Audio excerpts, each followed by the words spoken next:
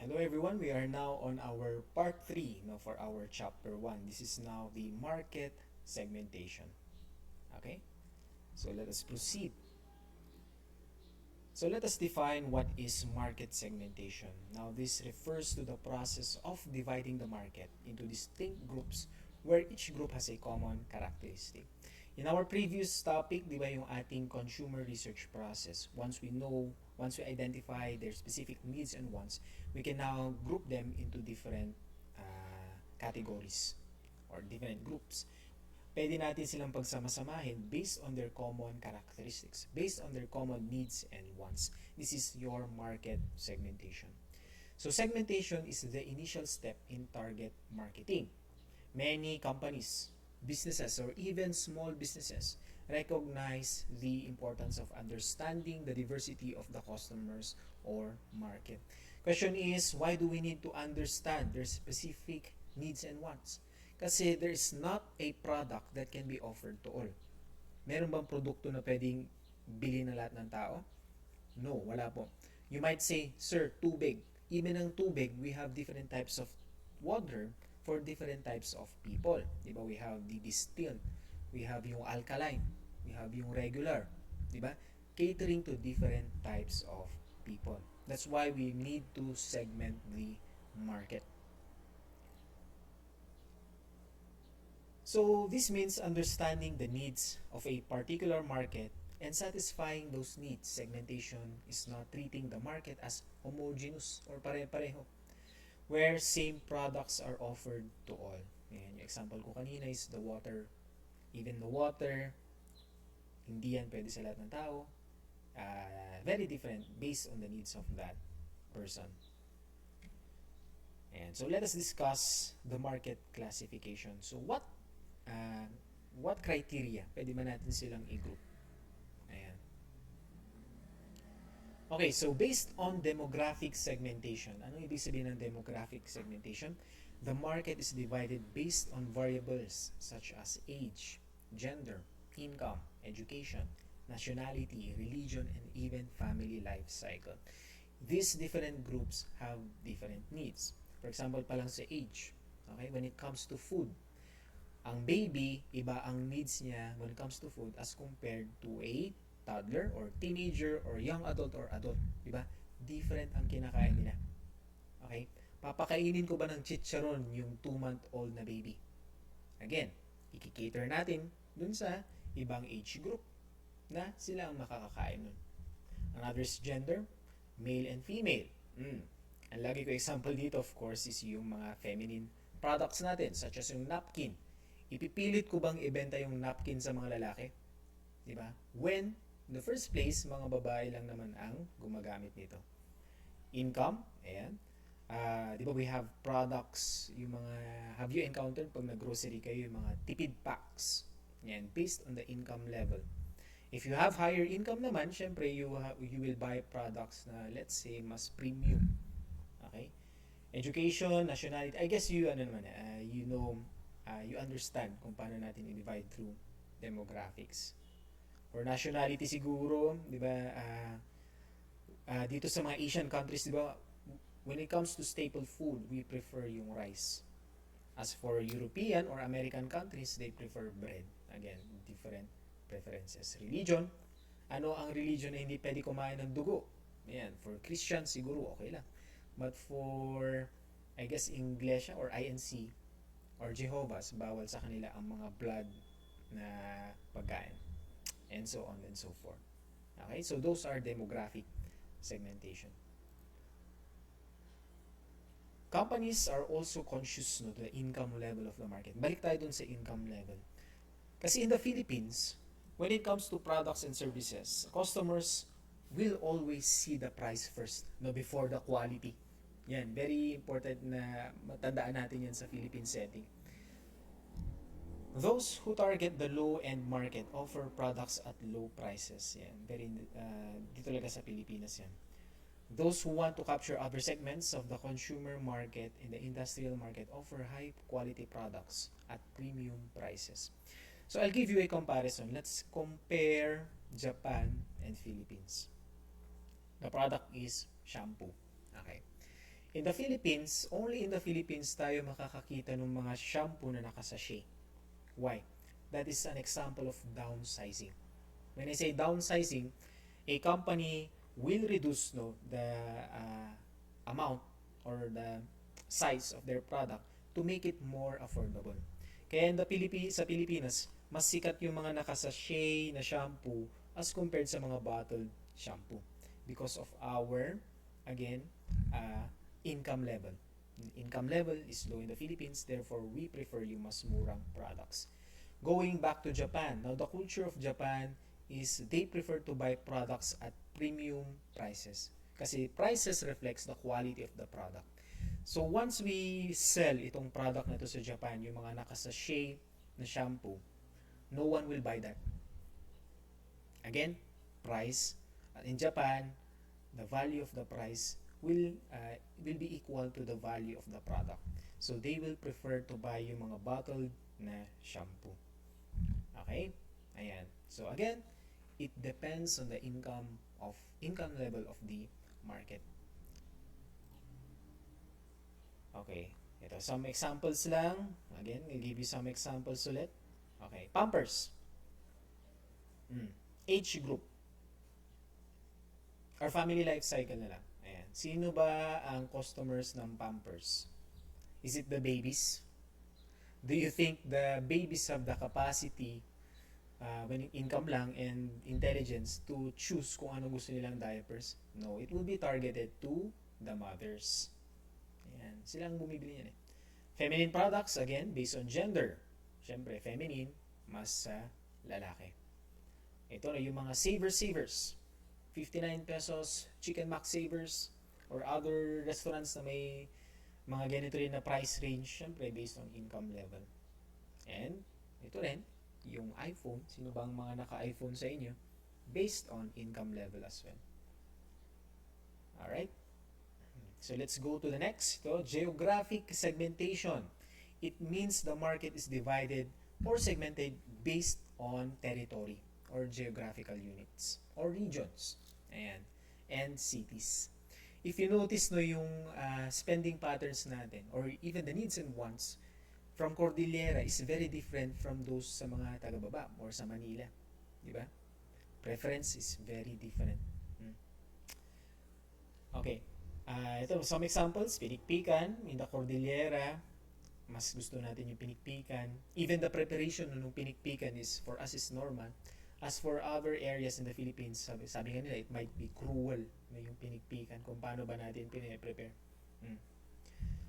For some countries, such as yung India, ayan, they prefer yung spicy food. And again, going back here in European countries, they prefer bread. Ayan, ito yung kanilang staple products, is yung bread. Again, different needs and wants based on the location. That is geographic segmentation. So I'll show you some examples here. Nag-prepare ako dito ng some of the pictures ng mga breakfast around the world. Ito yung mga kinakain ng mga different people tuwing umaga.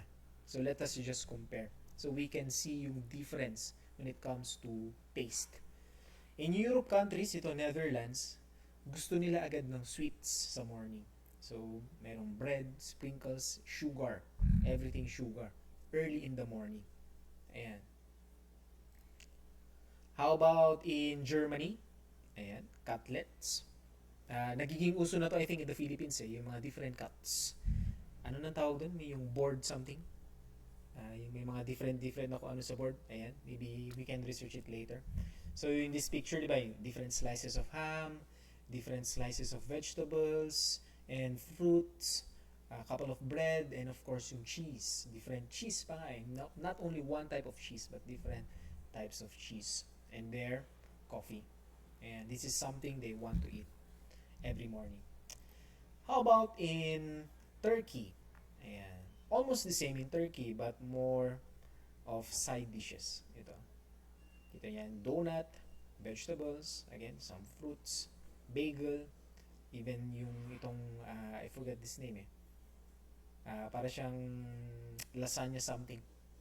Ayan. So, ang dami agad variety. Early in the morning, variation agad ang gusto ng mga tao sa Turkey. Maganda yung ganitong topic, no? Food agad. How about in England? Ito yung tinatawag nating English breakfast.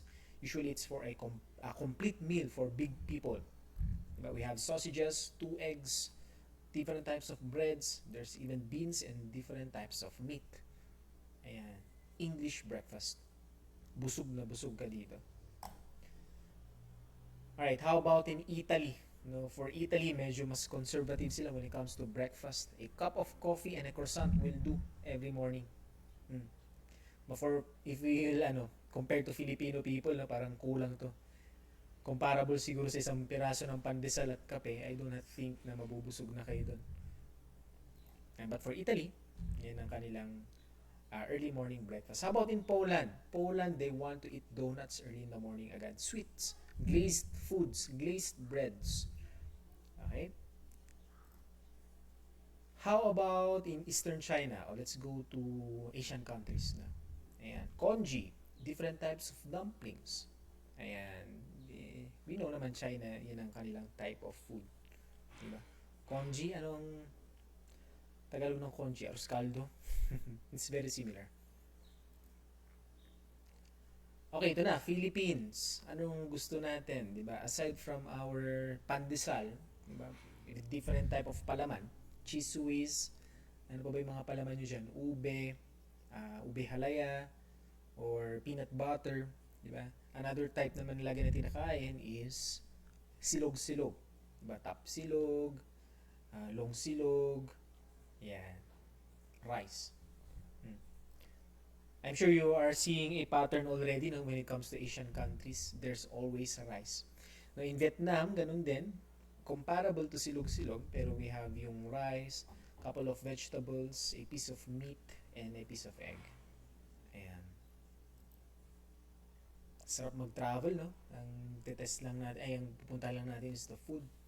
How about in Malaysia? Almost the same. Rice, again, in Asian countries is staple. Egg, we have yung parang pansit and different types of vegetables. And mani. Ayan. Tapos meron silang parang daing. In Korea naman, yan, which is becoming popular now in the Philippines, di ba? Korean types of food, yung mga samgyup. Yan, they have their kimchi, their soups, their tofu. Aside from rice, tofu is a staple sa Korea. And syempre, yung mga side dishes natin. Okay? Sino mahilig mag-samgyupsal dito? I'm sure you have tried their type of product. Singapore, again, we have yung mga rice-based. This is a sort of rice cake, and they have their spices. Okay? American countries, dito tayo sa Costa Rica. What you will notice dito sa American countries is big servings talaga sa kanilang food.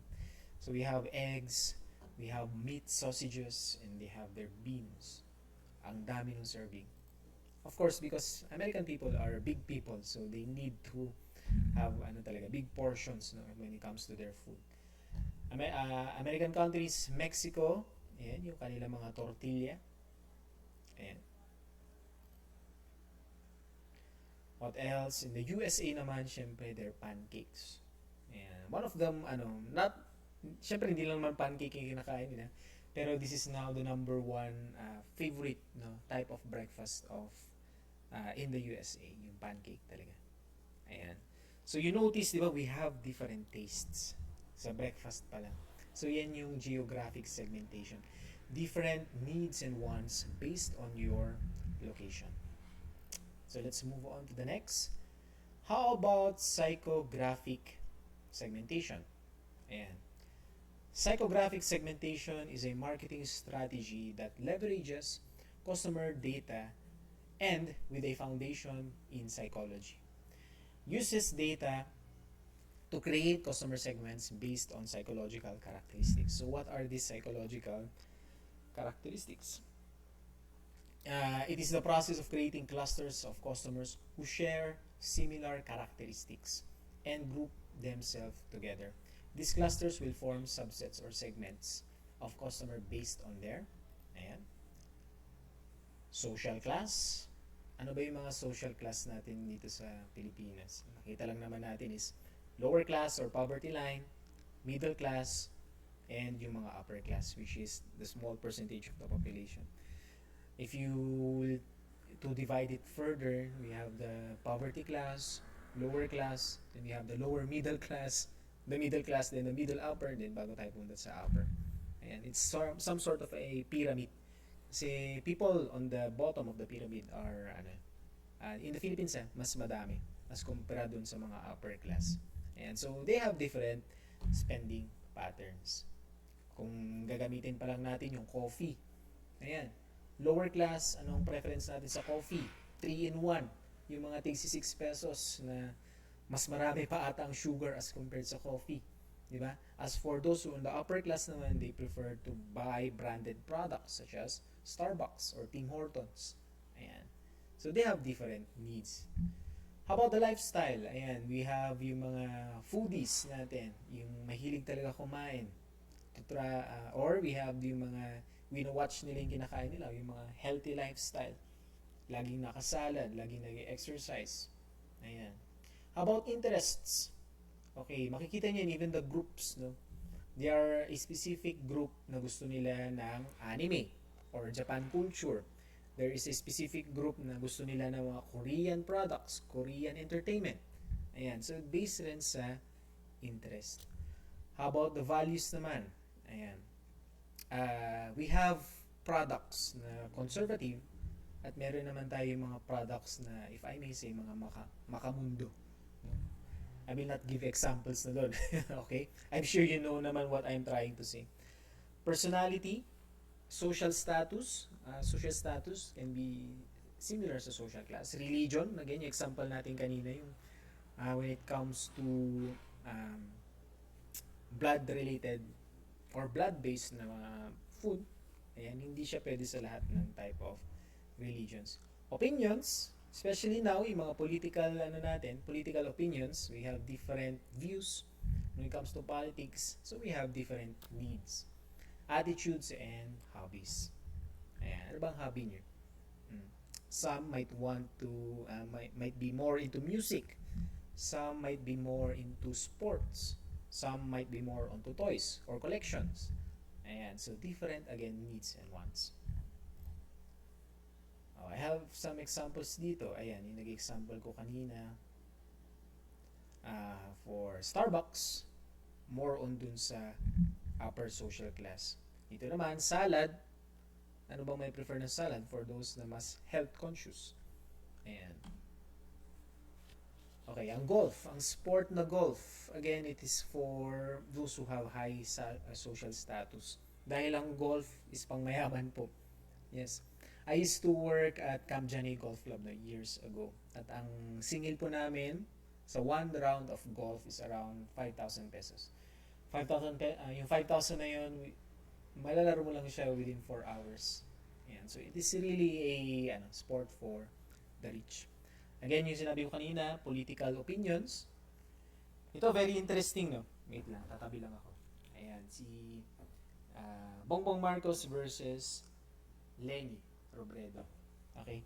Ang nakakatuwa dito, yung preference natin ngayon when it comes to buying clothes, depende na sa ating political opinion. Tama ba?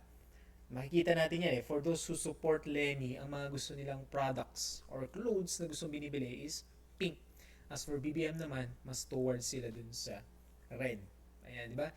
So if you notice, even the political opinion affects yung buying patterns ng customers. Okay? Sino bang i-vote nyo? Ayan. Again, we have different opinions. Huwag lang tayong mag-away-away. Okay. Tayo sa next. Alright, we have the psychographic. Okay? Wait lang. Ano ba yun?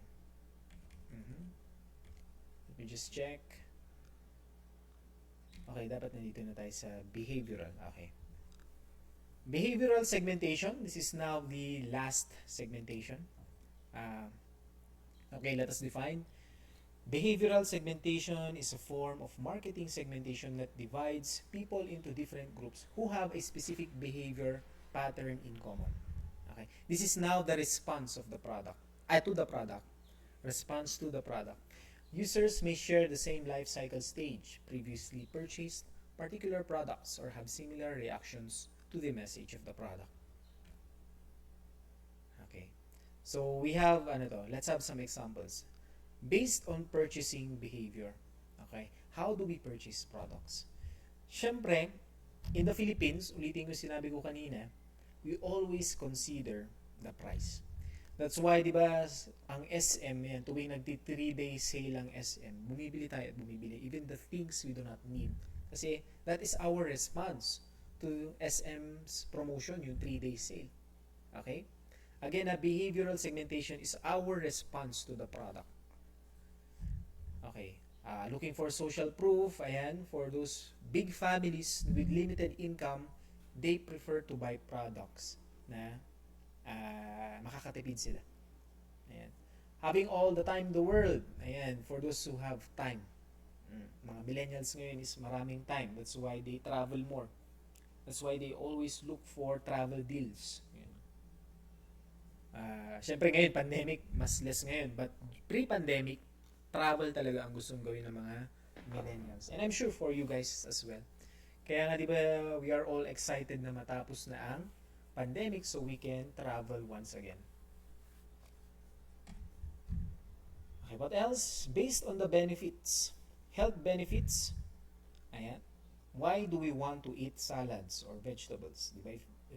If we really want to get thin or healthy, ito dapat ang product natin. O for girls naman, ito I'm not sure ano ba ang benefits ng cosmetics sa inyo. Maybe example is for skincare. Diba different types of skin, dapat hindi basta-basta yung linalagay na skincare. Ayan. How about based on life cycle stage? Okay? When we say life cycle stage, this is from the introduction of a product, from the end of the life of the product, yung magiging obsolete na siya. Ang example dito is the iPhone. Diba? Every year, naglalabas sila ng bagong iPhone. So, there is a life cycle. Once they will release a new phone, yung old phone is magiging obsolete na. So, that is the end of the life cycle. So, example dito is, let's say, if you are an enthusiast of iPhone, saan ba kayo bumibili? Once the product is introduced, kunyari today tayo bibili bibili ka ba ng bagong product? Or yung last na line nila, which is mag-obsolete na. Okay? Ayan. Depende yan sa response mo of the product. Usually for those products who are near on their life cycle, end of their life cycle, are much cheaper. Tulad ng iPhone 6 ngayon, I think you can buy a second-hand iPhone 6 ngayon for around 5,000. As compared sa introduction niya noong 2013, di ba, it is 100,000 plus ang iPhone 6. Ayan. How about based on level of engagement? On how, when you say level of engagement is how often are you going to use this product? Is it occasional, regular, or intensive? So I have a sample here when it comes to beverages. Let's say Black Label. Araw-araw ka ba umiinom ng Black Label? No? Siguro sa bahay niyo dyan may Black Label na hindi nagagalaw. Kasi this is a product that is being consumed occasionally during special events, sabi nga nung tatay niya. So, occasional to.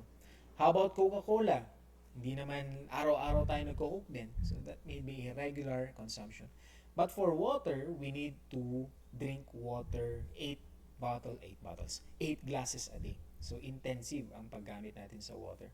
So, comparing these 3 types of beverages, ano ang mas lagi nating kino-consume? It's the water. And that's why it's water. Water is much cheaper as compared to these other 2. Okay? How about based on occasions? Ayan, holidays. During Christmas, ano mga binibili natin? Diba? Siyempre, mga Christmas themed products. We have yung mga Santa Claus, decoration, parol, Christmas tree, even yung mga gifts, and even yung mga Christmas wrappers. As for holidays, for Halloween naman, anong binibili natin? Yung mga nakakatakot. Diba? Decorations, spiders, yung mga witches, mga webs, mga bats. Ayan. So, depende dun sa occasion. Ito naman, based on customer satisfaction, we always see the feedback. Sino mahilig mag-Shopee dito? I'm sure all of us have experience to order Shopee.